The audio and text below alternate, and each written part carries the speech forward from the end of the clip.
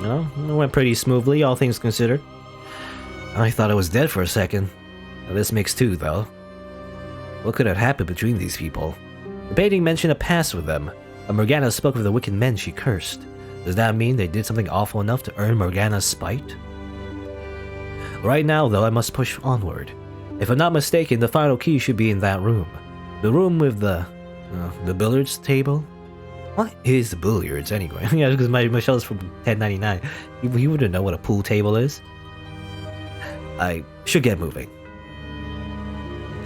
And then we just automatically go, I guess. Once I have this key, I can get into the observation tower. I'm almost certain Morgana is waiting for me there. With Giselle. So I gather up my resolve and hurry to the last room, not wanting to take even a second longer than necessary getting her back.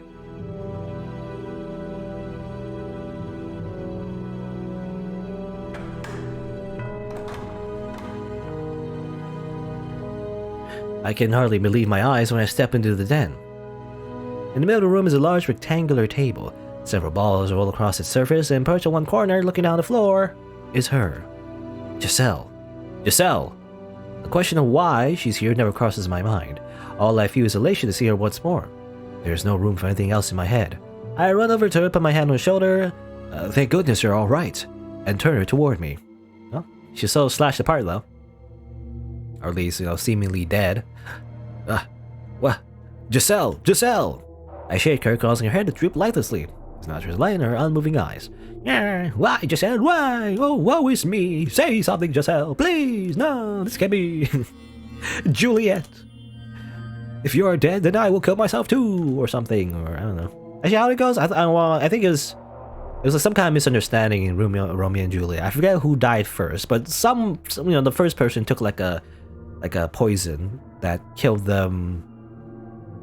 Like pretended to kill them, I guess, or like a fake death or whatever. The other person came by and thought they were actually dead, so they killed themselves.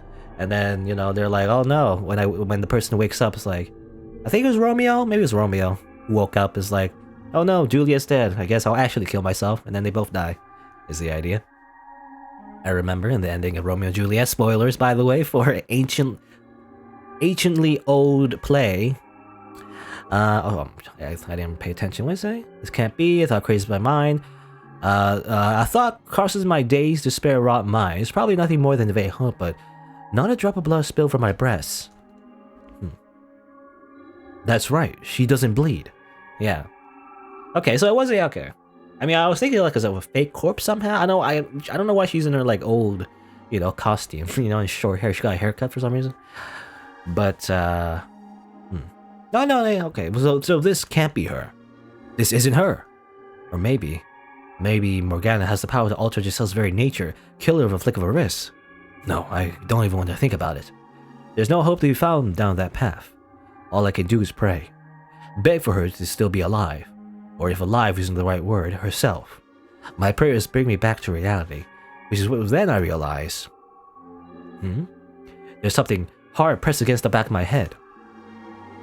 I hear a harsh metallic clink. Okay, it's the gun.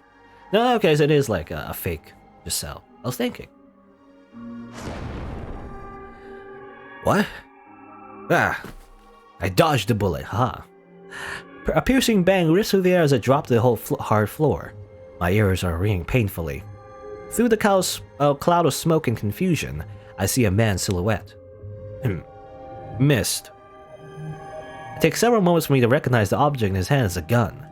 Not only because it's draped in shadow, because I've never seen it with my own eyes.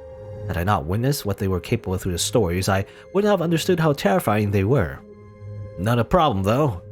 I'll finish you with the next one. Now you hold still, boy.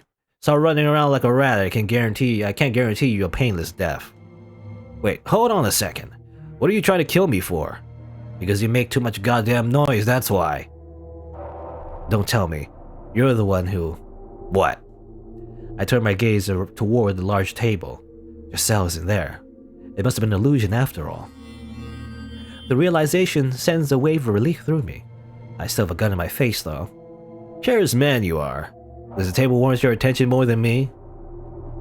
I have a request. Could you give me the key in your possession? That's all I need, and then I'll leave and stop making a racket. I'm not sure you understand your predicament, boy. Because if you think you're in any position to be asking favors, you're dumber than you look, huh? First off, I don't even know what key you're talking about. I don't believe that. The other two had keys. You telling me they gave you their keys? Sounds like they really do know each other. See for yourself. I believe you should recognize these. Are you collecting them to enter the tower? Are you going to see Morgana? There seems to be a hint of tension in the man's voice. Though I can't see his face, I can sense the waves forming within him. I brace myself for either rejection or hot lead, but the apparition gives me neither. Take me with you. What? You have the other two keys, don't you? You can open the door. Bring me to the witch. Wait, slow down. What are you planning to do when you see her? What do you think? She has to... She has to... He's gone. She has to what? What is he trying to say? Well, I guess he just dissipated. I don't know. On the floor where the shade stood is a new key. I was hoping I could use his gun. You know, probably very useful. Maybe? I don't know. I want to know how bullets, how they fare against witches, but... Curious though I am about his last words, this makes 3. I have all the keys now. Are you trying to rile me up, Morgana? Are you enjoying yourself up there? Showing me these phantoms and watching me squirm? Just you wait. I'm on my way. I gave the room a brief once-over before making my way back to the chapel.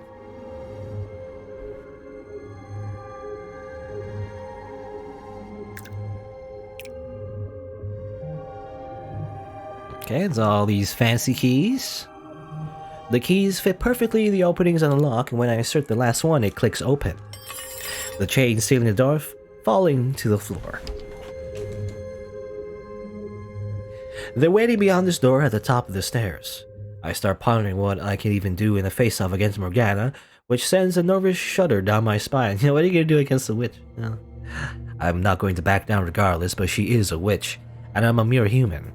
Formerly human. I'm not a master swordsman, nor do I wield a gun. I have nothing at all with which to fight her. Well, I guess you have to fight her with words. You know, the power of charisma. You have like a charisma build, I guess. Maybe. Even though Michelle spent like 10 years in solitude, I don't know how good his charisma stats are. I still have to confront the witch though, no matter what. As laughably reckless, as foolish as I may be, I have no other option. I place my hand on the door, preparing to climb the tower where I once spent my last breath, the cell locked safely away in the chamber at the top. The tower where I first met the witch. No hesitation.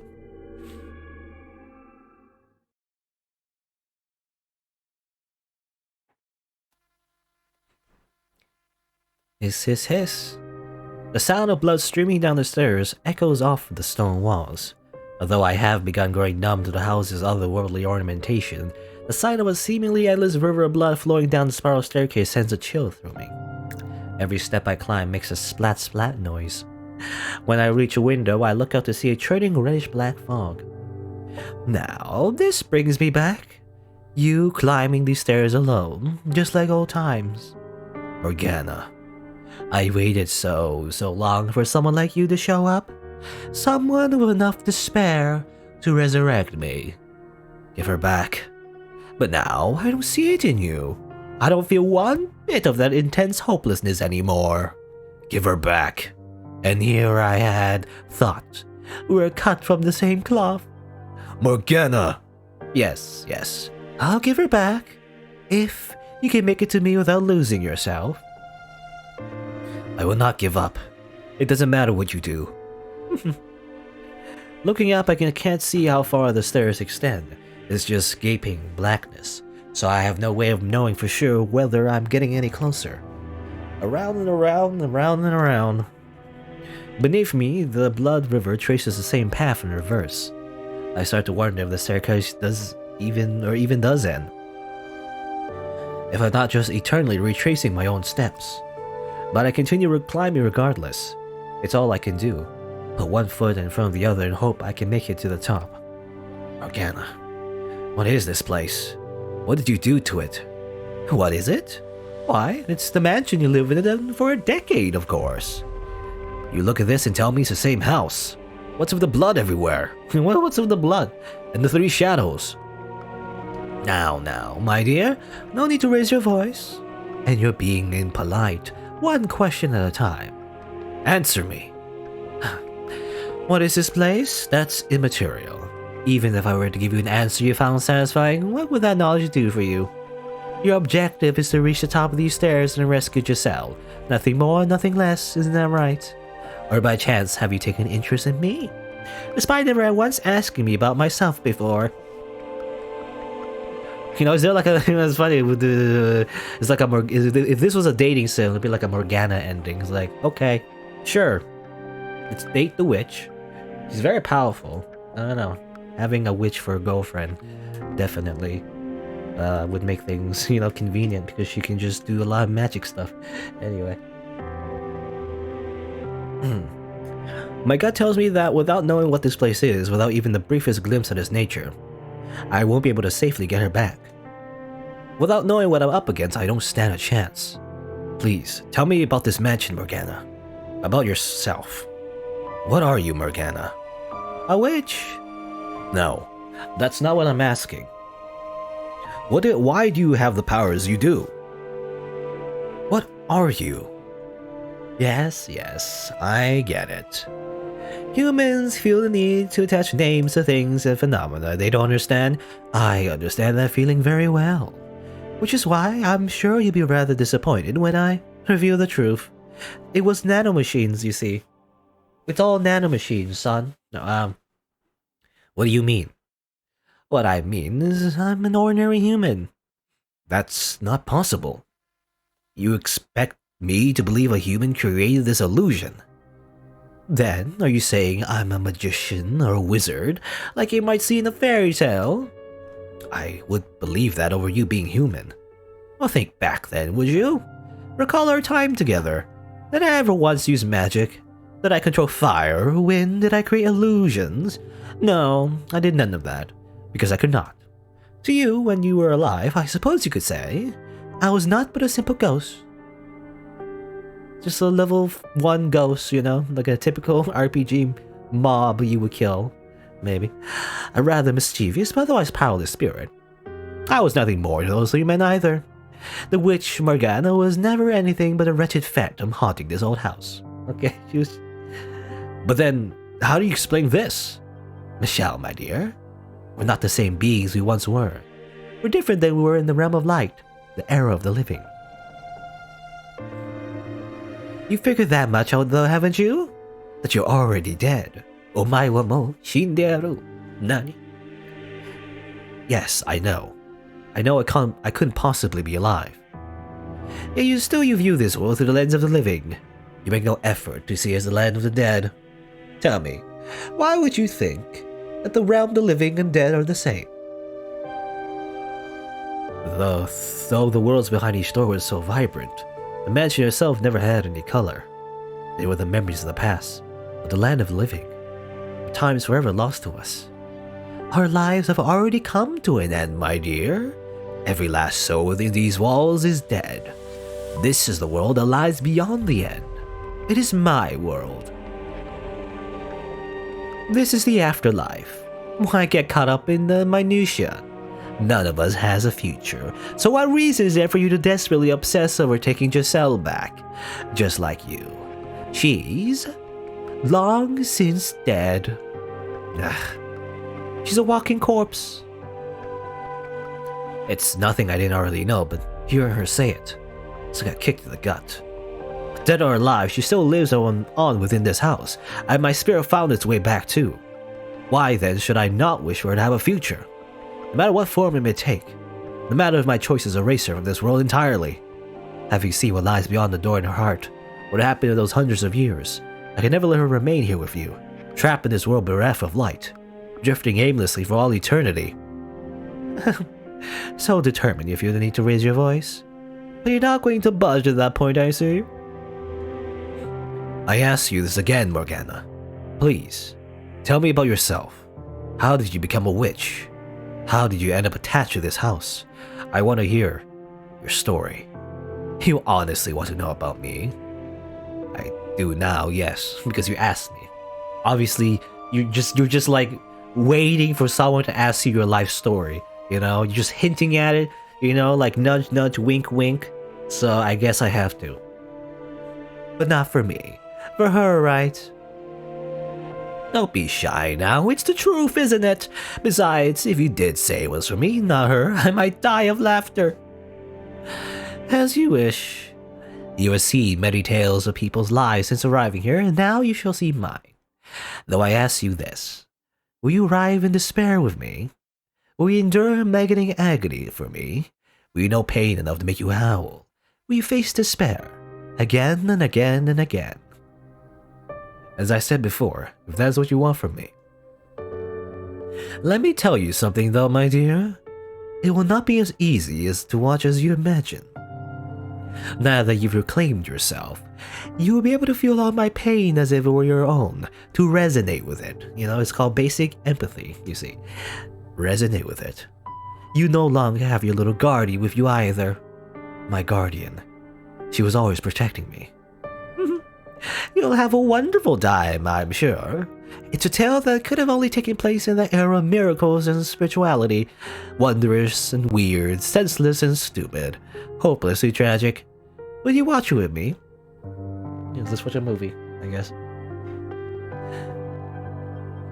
As soon as the final word leaves her mouth, I'm engulfed in darkness, not even given a moment to brace myself. The tower of stairs crumble beneath me. My feet have nowhere to go. As I'm being battered by the roaring blood river, my consciousness melds with one another.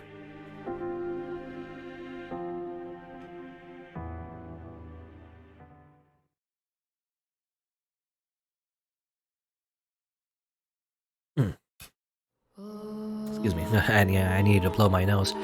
Anyway, I guess now we are sucked into Morgana's story.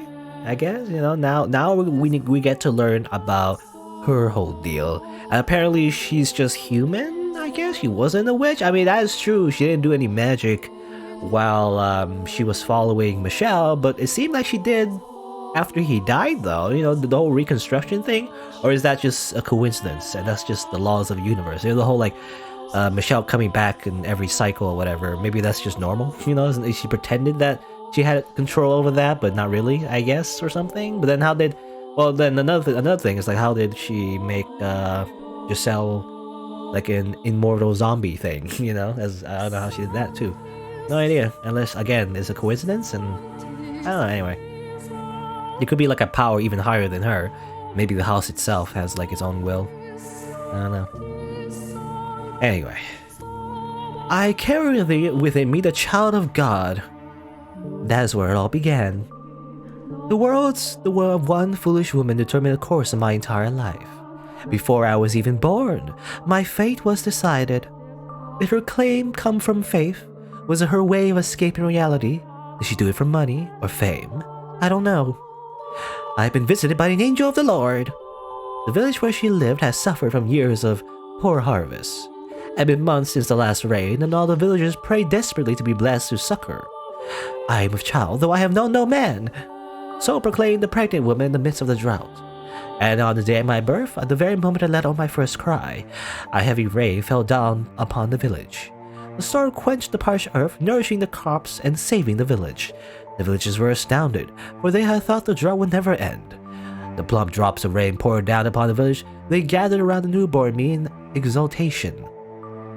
Ah, she is the child of God! Perhaps there would be more wonder in claiming I had magical powers. Perhaps it would make a better story if I were to say there were higher forces involved. But all these years later, here's what I truly think. It was nothing more than a fluke. An improbable stroke of luck. An unbelievably fortunate accident for my mother and the village, and an indescribably unfortunate accident for myself. I am with child, though I have known no man. As if that's even possible. Maybe she had fooled around with a man who had gone and abandoned her, and she spun those lies to convince herself it had never happened. None of the village men made any claim to be my father. Perhaps he was someone else's husband, and such he couldn't reveal himself, as adultery is a sin in the eyes of God. The girl they were praising as a child of God was indeed not more than the ordinary daughter of a wretched woman. At the time, though, I thought differently. I believed my mother's words, convinced I was a saint, and it gave me a sense of duty or purpose rather than superiority. As a daughter of God, I believed it was my responsibility to help anyone in need, so every day I prayed. I asked my father what I could do, what I was meant to do. Not everyone is equally good, however. There will always be someone who lends their ear to the devil's whispers. One man claimed I was the daughter of a charlatan. He shouted for all to hear, "If you are truly the child of God, then perform a miracle for us." Could he have been any more unreasonable? Miracles are neither magic nor parlor tricks. They are realized with the power of faith. A lowly villager has no place demanding God prove his own divinity. It is the height of arrogance. But the man refused to heed my words, so having no other choice, I contemplated what I could do to show to him I was indeed a saint. And blood was a spark of my inspiration. Michelle, the time when I live and the time when you live are not so different. Our views and beliefs about the world are very much the same, so you should understand that in our time, blood was seen as unclean. It was a dreadful thing, ridden of diseases, which is why we drained the blood from animals and purified the flesh before consuming it. But being a saint, my blood would have been different. Like the blood of the saints who came before me, mine would be blessed. I believe I'll be able to cleanse people's impurities. For my demonstration, I chose an elderly woman afflicted with a terrible disease. She was on her deathbed, and no one thought she would live for longer than another day or two.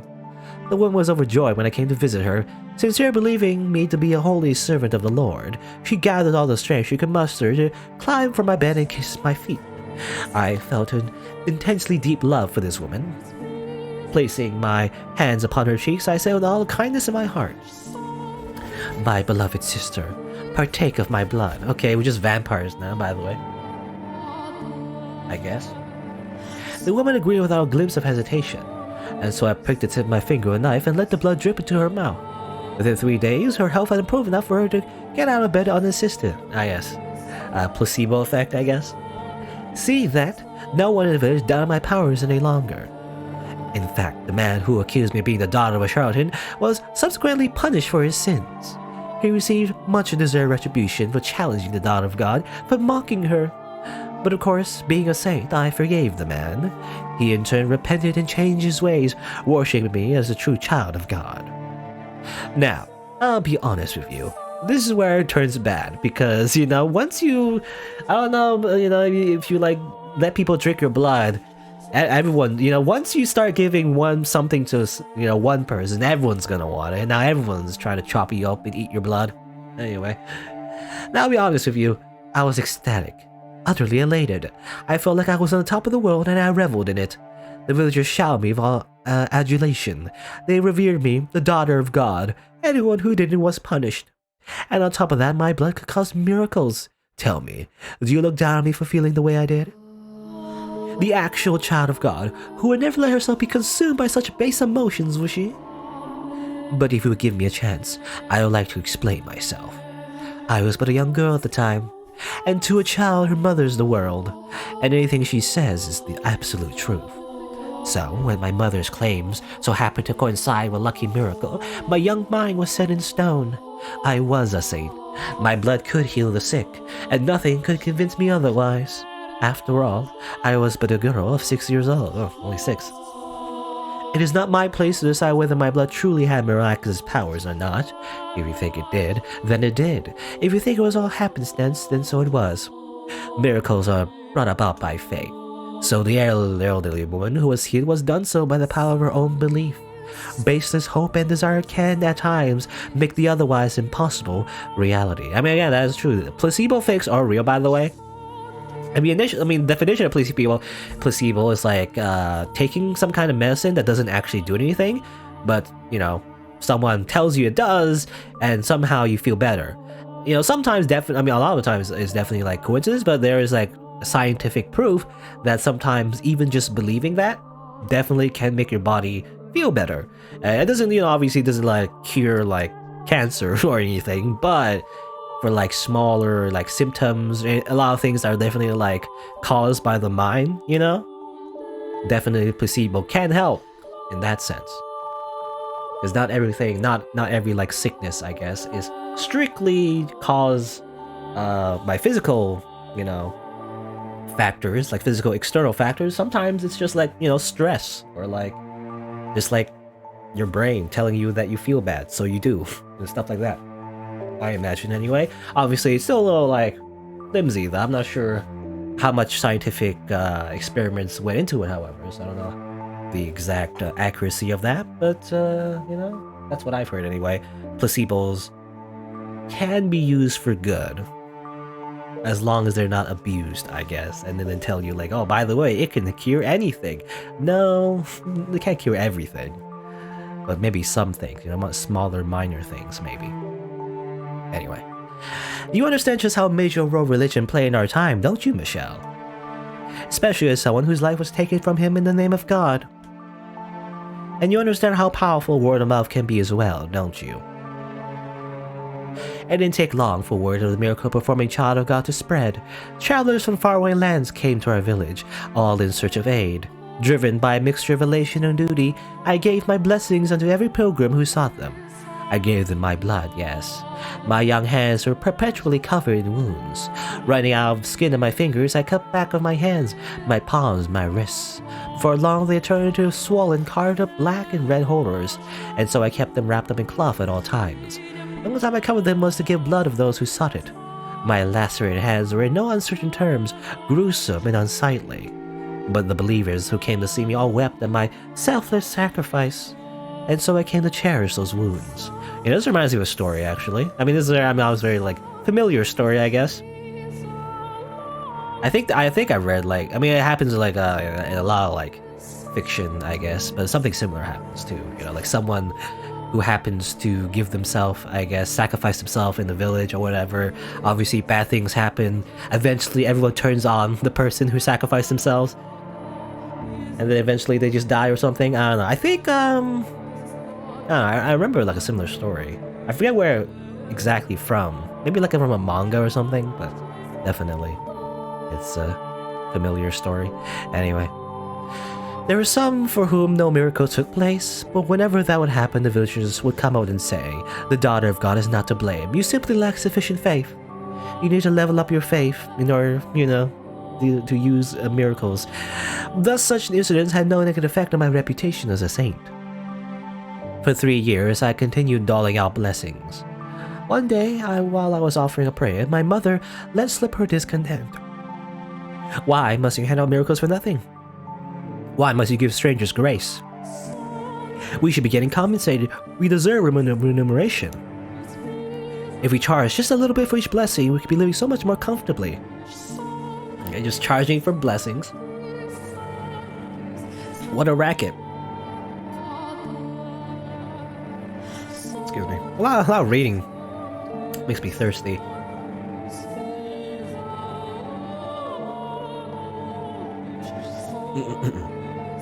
Drink a lot of water today. I don't know why I'm so thirsty today. Maybe it's because, well, I actually didn't. This is my sleep schedule these days are not really necessarily good again. And I think yesterday I didn't sleep for very much. Maybe that's why. I'm tired and thirsty, and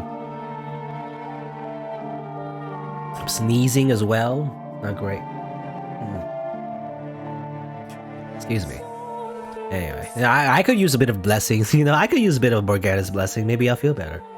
Anyway, I was dumbfounded. How could the mother of a saint say such things? Helping people was my divine calling, and she expected payment. I nearly wept, hearing my mother preoccupied with such worldly desires. So I explained to her how important this work was. I taught her that we were not to covet material wealth, but we were to dedicate our lives to the service of our fellow man. You're right, my dear son, she said, understanding. And I believed her. I fell asleep that night, convinced she truly understood that there would be no more problems. But the next day, I was sold off. Men I had never seen before carried me by the arms and tossed me into a carriage. Confused and panicked, I stuck my head out, searching for my mother. Off in the shadow of the house, I saw her with a strange man, accepting a bag of coins, some money. The carriage rocked back and forth, as I rode along the dirt road. Shaking and bouncing within it, I struggled with overwhelming grief and despair. It was perhaps the first time in my life I had felt such a powerful emotion. I didn't know what I felt so much despair over, though. Obviously, it was my own present predicament, but I wasn't sure what about it hurt the most. Was it that I'd been pawned off like a slave? Was it that my mother, the mother of a saint, had been blinded by money? Was it the villagers that watched in silence as a disciple of the Lord was thrown into a carriage? Or was it I, a daughter of God, lamented my misfortune like a mortal? I decided it was a trial. My father, the Lord God, was testing my worthiness of being his daughter, so I choked back my urge to cry and sat there in silent contemplation. For almost 3 weeks I rocked around in that carriage. The coachman treated me well enough, but I'm certain it was only because he didn't want his precious cargo die before he could deliver it. He did not by any means think me the child of God. The 3rd week, the carriage arrived at the city. It was much larger than the village I had grown up in, with many, many more people crowding the streets. Something about them felt different too. They all spoke in a tongue foreign to me, which is when I realized I was far, far away from home. I was delivered to the lavishly decorated mansion of the region's lord. Brightly colored flowers bloomed wildly in the garden as guests laughed and ate extravagant meals. You know, this is starting to. I mean, obviously, this is going downhill already. I think she's 6, right? Literally child trafficking. In addition to them, there were probably 4 times as many slaves moving about the grounds. Getting a range of looks from everyone we passed, from smartly dressed men to scrawny emaciated servants, I was led to the Lord's chambers. The Lord was surrounded by beautiful women. Perhaps they were slaves, or perhaps they were prostitutes. I couldn't tell. Among them were some girls hardly older than me. They all wore thin swathes of cloth, barely covering themselves at all. 6? I don't know. Maybe, I don't know if she grew up a little bit. Not that it mattered, I guess. Still a child. The Lord looked me up and down, and with a laugh, he said, "Welcome, daughter of God. You'll be performing miracles for me now." "Miracles are not something to perform for one single person's benefit," I replied, shocked and furious he had just said something so utterly blasphemous. In response, he said, "I bought you. You're my property. You have no right to opinion." Oh, yes, peak capitalism, I guess? I don't know. Something properties, but I would not have any of it. It was ironic though. I mean, capitalism wasn't really a thing back then. I don't know what year this is. This is even before 1099. I mean, I guess you could buy slaves, but well, you don't really buy. Back then, I mean, you could buy slaves, I guess, but like, the person who owned the slaves didn't pay for it. They just took them. You know, there's no human rights. You could just take people, and you would only buy it if somebody else already owned that person, technically. AKA, they kidnapped them, or like, you know, just imprisoned them. I don't know. Anyway. But I would not have any of it. I entreated him to give up his indulgent lifestyle and devote himself to the service of the Lord. But the more I pleaded, the deeper the creases on his face grew. Thinking back on it now was hardly surprising. A 9-year-old girl was scolding the most powerful man in the region. Okay, she was 9. Okay, at least it's been at least 3 years since her first miracle, I guess. I believe it was my duty and that I was only doing what was right, but he surely saw it in incredible arrogance. So the Lord forced his will upon me. He bound my hands and feet and cut me without my permission, filling a goblet with my blood and passing it around to his guests. "A saint's blood and good fortune to all." That was when I realized the Lord was only interested in the approval of others. He reveled in their envy as he pranced about, showing off his curious new toy, me. He didn't need my miracles. Neither he nor any of his guests were afflicted with disease or misfortune. They were all richly blessed. Each time he threw a banquet, he drained me of my blood. It became nearly impossible to find a spot in either of my arms that wasn't swollen, a reddish black gash. And soon, because my arms weren't providing enough blood for him, the cutting spread to my legs.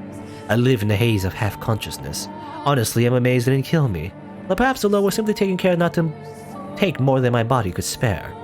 Watching the wealthy partygoers laugh and sip my blood through bleary eyes, another wave of despair came over me. My miracles, my blood, were not meant to be an appetizer at a feast. They were meant for the sick and the poor. This sounds fantastical, but it's actually not surprising. Wasn't there I remember... I can't remember when exactly, but there was an account of people, eating or drinking mummy corpses, I think? That was a thing. I believe there's a reason why in present times, there's a reason why there's not a lot of mummies in the world, is because a bunch of rich people went around and ate their corpses. because they thought it would bless them, I guess, or something. I don't know. Rich people. This one has rich people are the root of all evil, I guess, or something like that. I don't know. Or at the very least, you know, it's a bunch of weirdos with a lot of money. This is what happens. Despite my wishes, the Lord persisted to squeeze me dry day in day out for his own enjoyment. For a while, I was convinced it was all God's test. That was part of his plan for me, his daughter. That if I could make it through this trial, I would be allowed to go back to helping people. That man could celebrate my success, envy me, worship me. That sinners will face punishment. That divine retribution will be delivered unto all who had wronged me, a saint. With each passing day, my spirit grew even more twisted. Would anyone have believed that scarred and bloody girl tied up on the floor in the banquet hall was a saint? Unlikely. There's no charitable gathering, but an unholy sabbat. Perhaps it has caused my corrupted spirit. Perhaps it my heart's way of crying for help. Or perhaps it was the devil giving me my witch's mark. But no matter what the cause, during one of my bloody banquets, I underwent a transformation. I went Super Saiyan. I was highly conscious as usual, when one of the guests pointed at me and shouted something. His face went pale as if he were afraid, which I found quite curious. The Lord then approached me, grabbing me by the hair and lifting my head. He yelled something, but I was far too gone to be able to make out what he was saying. Suddenly, I found myself released from my bonds. My body had grown so weak from being tied up for so long, I didn't have the strength to hold myself up, and so I collapsed to the floor. I was still trying to figure out what had happened when the Lord drew a sword, raising it high above his head. His words at that moment reached me with perfect clarity. "You're a damn witch wearing a saint's skin!" A witch? Why was he calling me a witch? I was the holy daughter of God. I certainly never made a pact with the devil. What could have given him that idea? What was in store for me now? Had God performed some kind of miracle for him? Dozens of thoughts and questions floated through my mind as death hung over me. I couldn't comprehend anything, so I didn't feel fear or anger at my impending death. I was simply curious. What had happened to me? But before I had a chance to find that answer, the Lord swung down his blade. I wonder what did happen. I imagine losing all that much blood at such a young age, or such a long time, probably at least gives you, what's it called? Anemia? You know? Anemia. Because you don't have a lot of blood. Most likely will probably, you know, get you very sick, at the very least. And maybe that did something to her face. Maybe she was like very pale or something, or some kind of disease. I'm not sure. Anyway, without warning, without any time to prepare, the darkness drains away. A second later, I crashed into the stairs, hard. It was like waking up from a dream. You know that dream where you feel like you're falling, and then you wake up, you still feel like you're flying. You're like, oh, and then you tense up, but actually, obviously, you're not falling. You're on a bed. It's like that, you know. Right in my ear, I can hear the hiss of river blood. The world fades in and out of view, giving way to very real images of a past I never lived. I can practically feel the fire in the eyes of that mad blood banquet's guests. My vision distorts, and I can't regain my focus. Whose blood is this streaming down the stairs? Is it hers? Is it mine? Who am I? A saint? A witch? Is what I'm seeing through a lens of clarity or madness? Wait, no. I am not her. I am Michelle, no one else. It hurts, doesn't it? It's hard to breathe. Your chest is on fire, your vision's blurry, it's dark, it's lonely, it's scary. It's an interesting story, I guess. I assume that's the backstory for the witch. You know, it's like, I guess it's pretty horrible, as is a lot of stories, you know, in this game. I kind of wish they didn't do like a weird like exposition thing, you know. Remember the one rule about showing, not telling? It's not like you can't have exposition, but like I really felt that was just reading about what happened rather than experiencing it. Ironically, you know, even though Morgana even said, you know, this is how you would experience it. You experience it as if you were me, but really it was just being told to me rather than me actually experiencing it. That was a lot different than the rest of the game. It was just tons of paragraphs, I feel like. I don't know. It's alright, still interesting. It's just, you know, I wish it, I don't know. It could have been better, more interesting. I don't know, unless there's more. I don't know, I assume Morgana died, you know, at that point. Got her head chopped off. It's frustrating, it's disheartening, it's exasperating, isn't it? What you're feeling is exactly the pain I felt. Ugh. I reach my hand out in a plea for help, which is when I see something I can hardly believe. It's the gashes. Some blood. Both my arms are covered in gashes, with blood flowing through them without end. The raw flesh beneath my skin has been exposed to the open here. This reminds me of the one time I had to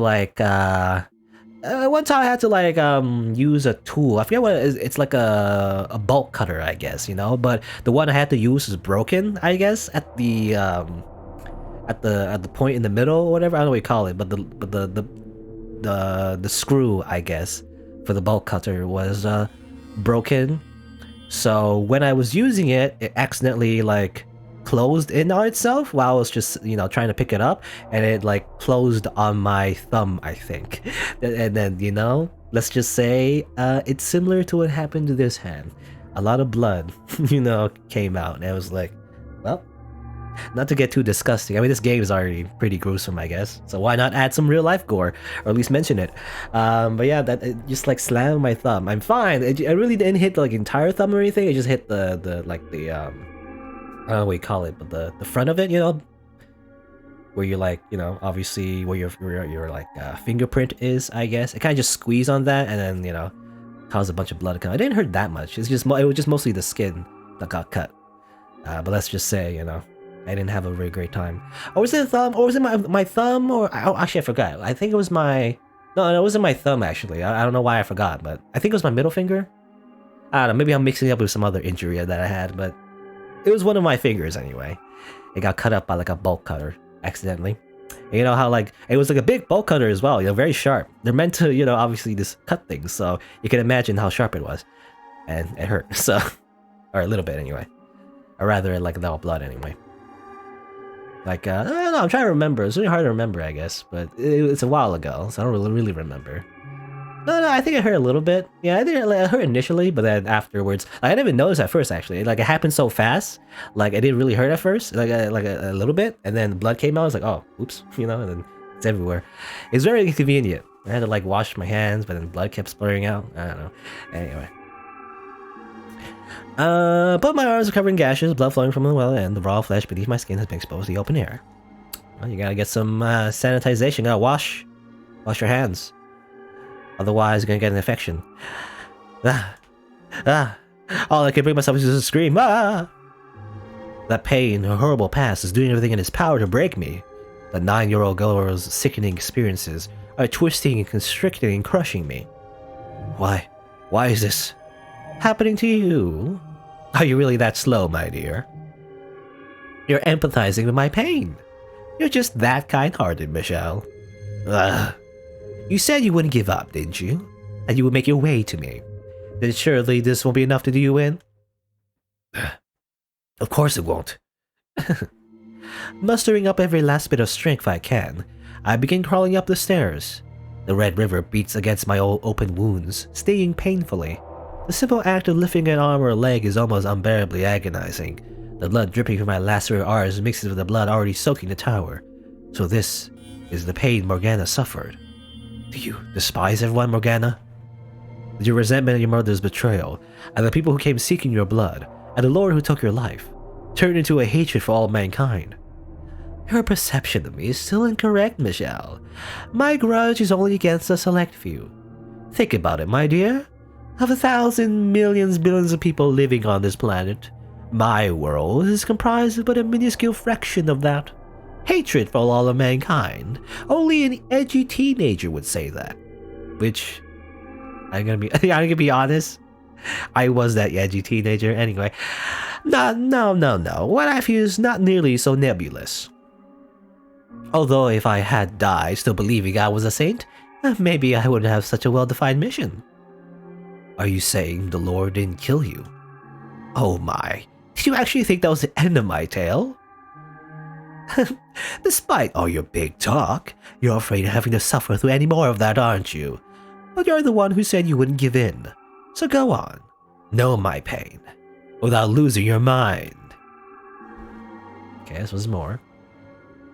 Is it gonna just be the same? It's gonna be more like narration, I guess, of a story. I don't know, I don't like it as much. I'd rather just have dialogue instead. That's what a visual novel is usually about, right? Dialogue. Oh. Once again, my surroundings crumble. I have no say. I have no chance to object. before I'm dragged back to that repulsive banquet. I reach out, stretching my hand as far as it will reach, but all I can grab is darkness. My bloody body sinks back into the abyss. The pain becomes more than just a memory, eroding away at my consciousness. Okay, so she didn't get her head cut off, I guess. What happened? You just sliced her a little bit, that's it? You're a damn witch wearing a saint's skin! Maybe if I had died then, I wouldn't have become the witch you know now. But that's all conjecture. Theorizing about what could have happened in an exercise, or is an exercise in futility. But no, I did not die that day. Brought together by constant mistreatment, the lower slaves chose that moment to start their revolt. When he swung down his blade, someone bumped into him and he was knocked off his course. Oh, okay.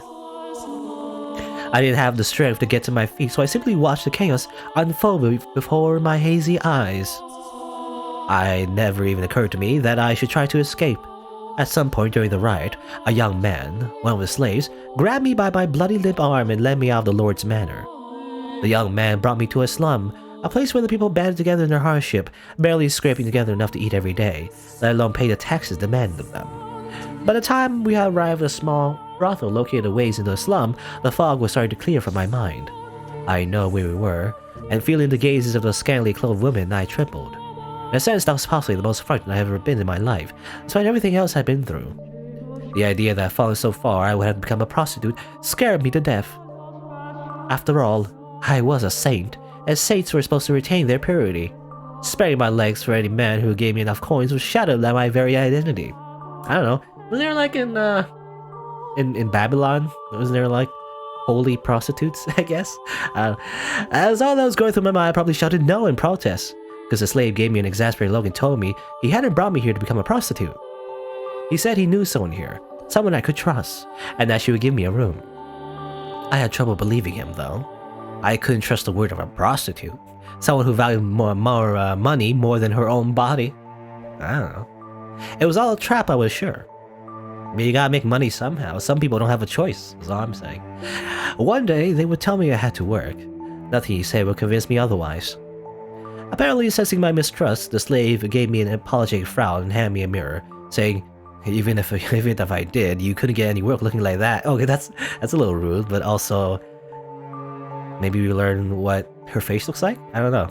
I could not believe what I saw. That couldn't be my face. It had to be an illusion. There's no way.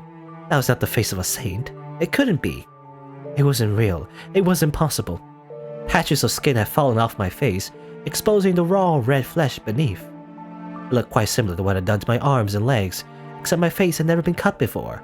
Looking at myself in the mirror, even I doubted my own sainthood. The thing in my reflection was a hellish abomination. Okay. I wonder if that's a thing, actually, a real symptom of, like, literally just getting cut up so much for so long. I guess, you know? Literally causes your skin to fall off. It was the twisted face of a witch.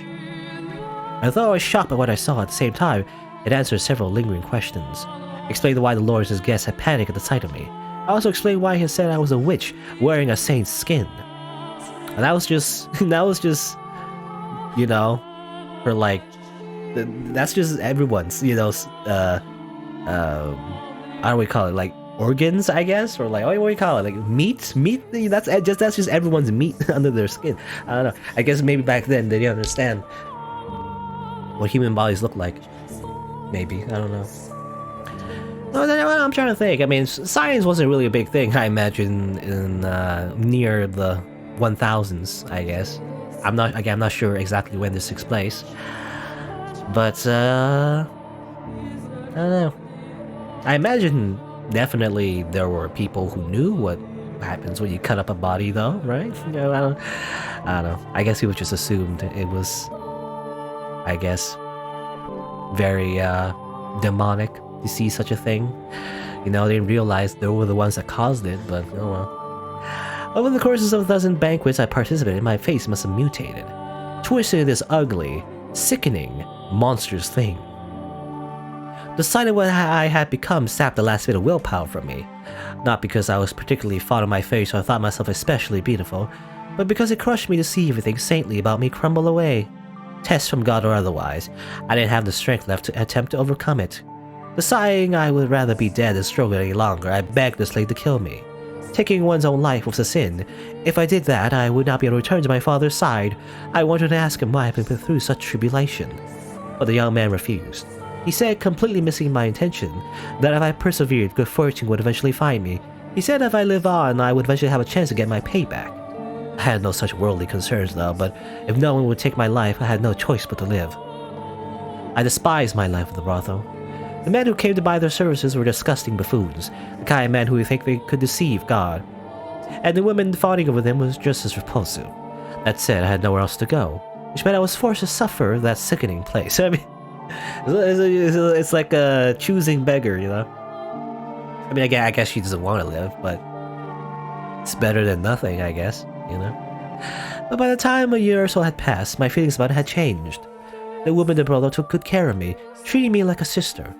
At first, it was just irritating. I was a saint. How could a saint have prostitutes for sisters? I don't know, you can. I don't know why you wouldn't. But over time, I got to know them better, grew to appreciate their circumstances and hardships. Despite barely having enough money to keep food on the table, whenever they had little to spare, they would use it to purchase medicine, ointments to apply to my arms, legs, and face. As a result of their generosity, my arms and legs started looking almost human, but nothing had any effect on my face. Occasionally, the slave would drop in to check on me. The other man thought me ghastly and would get anywhere near me, but he was different. And every time he visited, he would say, "One day, I will show you the world." It's Aladdin? I didn't know this person was Aladdin. No. And to tell you the truth, I was beginning to grow attached to it all. My time at the brothel was probably, all things considered, one of the brighter chapters of my life. There, I was neither a saint nor a witch, but an ordinary human girl. For the first time, I felt like my life had meaning beyond my assumed divine purpose. I was even beginning to feel kind of happy. At each passing day, an intractable worldview was gaining a little flexibility. Perhaps I could perform miracles, but that didn't necessarily mean I had to be a daughter of God or a saint. Maybe I was just a regular person who happened to possess some unusual abilities. Ridiculous, isn't it? Despite coming to accept my humanity, I refused to let go of my miraculous powers. They were the last thing protecting what I thought of as myself. But to me at the time, it felt like a very dramatic change of heart. 3 years after the revolt at Lord's Manor, I had my 12th birthday, for which they threw me a little dinner party. How nice. The women all pitched in to bake me treats, and a young slave man was there too. I was happy. I thought if life could continue on like this, I was fine with not going back to being a saint. But for some reason, happiness always seems to slip away as soon as you've got your hands around it, especially in this visual novel. So, no one sincerely wants to lose it, so why must they? I certainly didn't mind not being miserable. Yeah, I certainly didn't mind not being miserable. You know, it's a very astute sentiment. Let me tell you what happened that night. On the night of my birthday celebration, bandits attacked the brothel. Now, bandits were hardly a rarity in that time, so everyone was always on the lookout, and we never went out at night. They wouldn't stop at robbing you either. They were armored blades and would frequently kill their targets if necessary, but cautious as we were helpless against a direct raid. The brothel fell into a panic, screams echoing into the night. Customers carved up and left for dead. The women were bound and stowed away to be sold. My peaceful world shattered in an instant. The next thing I knew, I was some slave trader's merchandise. Not again. It keeps happening. I don't know what became of the prostitutes who cared for me or the slave who brought me to them. I assumed the women were sold and the young men slaughtered. But regardless, I found myself being rocked around the back of a carriage once more. The carriage was packed so tight you could barely see the floor, and it smelled like death. Sweat, urine, feces, every foul odor imaginable compressed into a tiny space. There were both men and women there, nearly all of them muttering, groaning, or weeping. Everyone was young, ripe, to be put to work.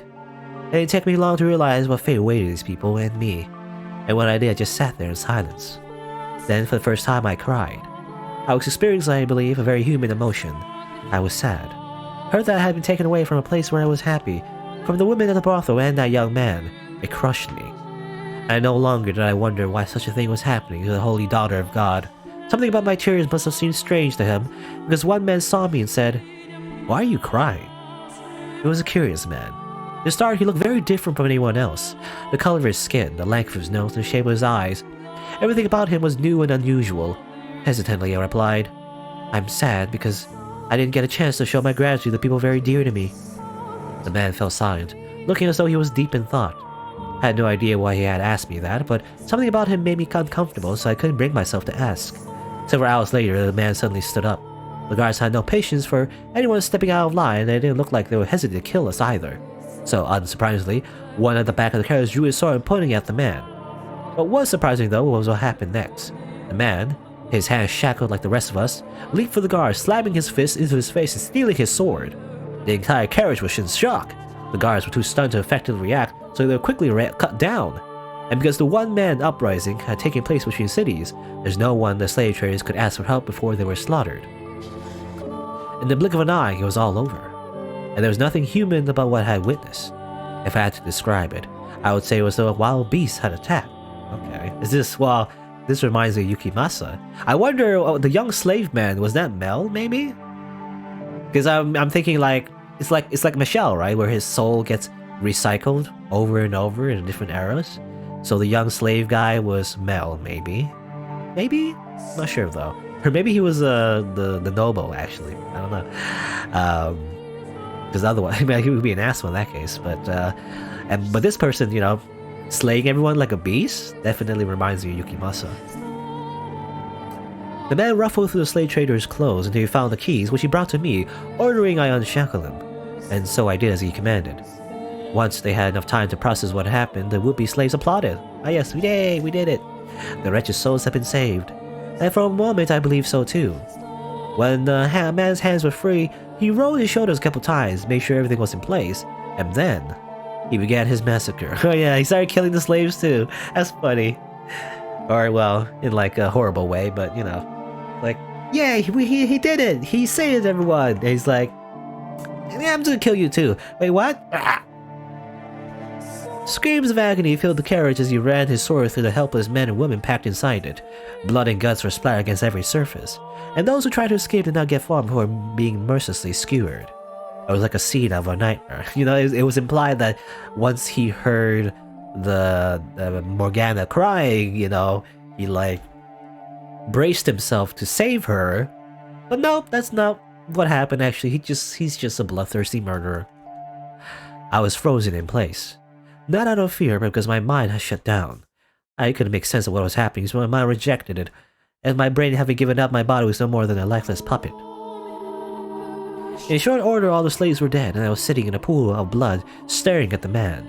He pointed his blade at me, and with a little smirk, said, "Why didn't you run?" In turn, I asked him, "Why did you kill him? Or why did you kill them?" The smile vanished from his face, and after a few quiet moments of pondering, he replied, "Because I felt like it. And why haven't you killed me yet? Or why I can't read. But what and why haven't you killed me yet?" I asked. To which he gave me a curt, "I don't know."